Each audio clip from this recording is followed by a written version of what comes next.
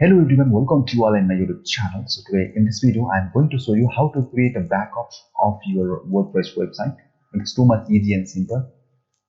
So now you can see here, first of all you have to log in inside your WordPress website dashboard. So now you can see I'm inside in the admin panel of WordPress, and after that just you have to go in the plugins and just you have to click in the add new.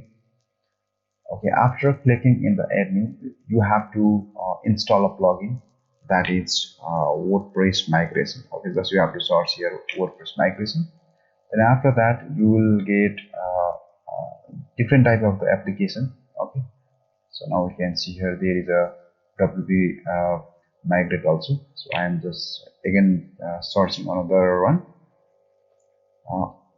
all in one WordPress. Okay, just I am searching the all-in-one.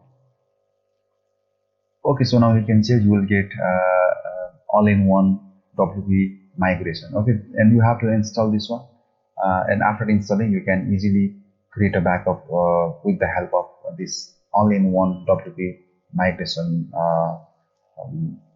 plugins. Okay, so after installing this one you have to click in the activate.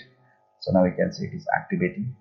Okay, so after activating this plugin, just you have to come here in the all-in-one 𝗵𝗵𝗍 migration, and just you have to click in the export. Okay, so from the export you have to choose different type of the things. So now you can say there is file, FTP, Dropbox, Google Drive, Amazon S3, and OneDrive also available, Box, Mega. Different type of the platform is provided with the help of this plugin. So I am just choosing file, and now we can see it is preparing to export. Okay, so it is creating a backup, so it will take little bit time and you can easily download the backup. So just wait for a moment.